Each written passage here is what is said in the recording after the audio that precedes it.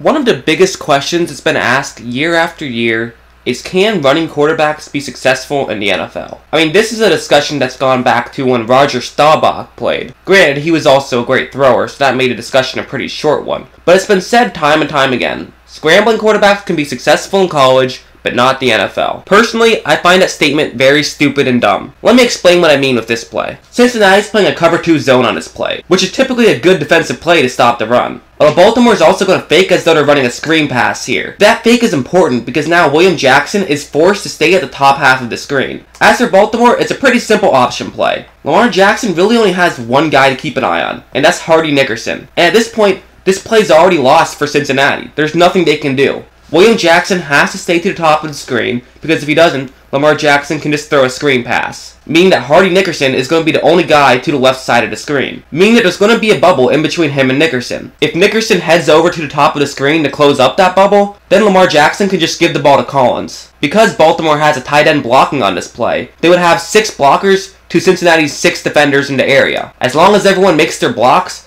Collins could be off to the races. Meanwhile, if Nickerson stays where he's at, Jackson can just keep the ball and run it into that gap. As you see, Nickerson stays where he's at, and Jackson's able to run for a first down. Now, the smartest play for Nickerson on that would have probably been to still close the gap and just hope that a Cincinnati Bengal can make a tackle, but either way, it's a great situation for Baltimore to be in. I think an even better example of what I'm talking about is a play that happened just 3 plays later. It's actually kind of a brilliant play design by Baltimore, and I fully expect them to use this kind of play more frequently. One of the biggest challenges on offense is trying to figure out if your opposing defense is playing man or zone coverage. However, this play completely takes that challenge off the table. And here's how. This is what it would look like if Cincinnati was playing a cover 2 zone on this play, which is a play that they run pretty frequently. And now these are the routes that Baltimore's receivers are going to be running, which is perfect for a cover 2 zone. I didn't put Mark Andrews' route on there, but I'll get to it in a second. It would be the perfect play design for a cover 2 zone, and if Cincinnati was playing that coverage, it would have been an easy win for Baltimore. However, Cincinnati's in a cover 2 man instead, which those routes won't be as effective against. However, Baltimore has a plan for that as well. Baltimore's offensive line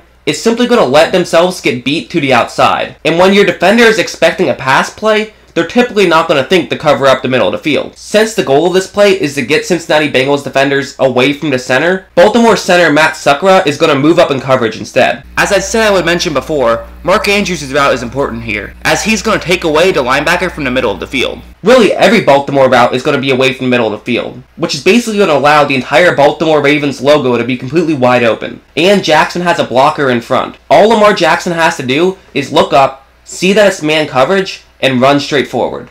Or if it was zone coverage, all he would have to do is look up, see it's zone coverage, and throw to a receiver that's going to be open. That's the advantage of having a quarterback who can run like Lamar Jackson. You can design a play that as long as it's well executed, you're going to win 100% of the time. And you can't do that with a lot of other quarterbacks in the league. The biggest knock on Jackson is that he's not a great thrower, and I don't think that's totally fair, and I'm going to show you why with this play. Cincinnati's going to be in a cover 9 on this play, and once again, the person that Baltimore's going to be picking on is Hardy Nickerson. We all know the read pass option, where you can either give the ball to your halfback or throw the ball, but what Baltimore does is to have 3 options on these plays. Either give the ball to your halfback, throw the ball, or have Lamar Jackson run it. And what he's going to do is entirely dependent on one player, and that's Hardy Nickerson. Hardy Nickerson has 3 options. He can run through the line to try to stop a halfback run, he can run to the outside to try to stop a Lamar Jackson run, or he can drop back in coverage. While Lamar Jackson deserves a lot of credit for being a really smart player, on this play he doesn't even have to be smart. There's only one player he has to look at. Nickerson's worried about getting beat by a Lamar Jackson run, and so he breaks to the outside. Since he breaks forward, tight end Nick Boyle is now going to be able to get wide open. It's a tough situation though, because if he steps back and guards Nick Boyle,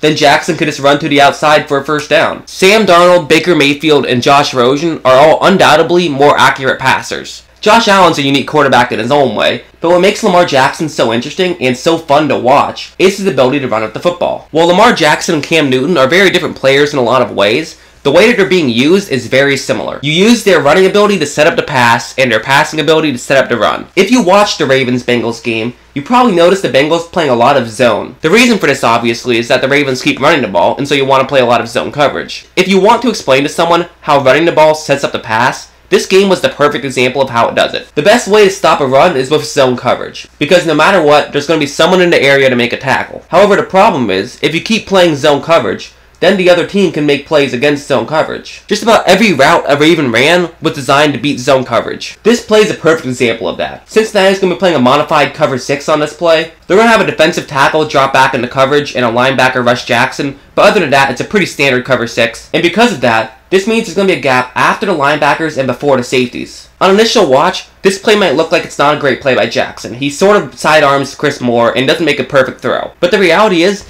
he doesn't have to be making perfect throws. Because of his ability to run the ball, opposing defenses are going to have to play a ton of zone coverage. And with the right route, you can beat zone coverage all the time. Lamar Jackson doesn't have to be as accurate as Baker Mayfield. He doesn't have to have as strong of an arm as Sam Darnold. If the Ravens continue to use Lamar Jackson the way they used him last Sunday, he won't be playing until he's 40, and he probably will end up going down with a couple of injuries. However, it can be well worth it if it gives you a quarterback that can win football games. Trying to turn him into Drew Brees just wouldn't be using his talents the best way you could. People say that this isn't sustainable and that this won't last. Well, people said the same thing about Cam Newton.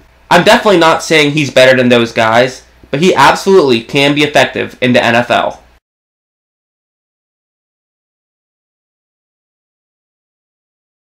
We like sports and we don't care who knows. From shooting hoops to the Super Bowl.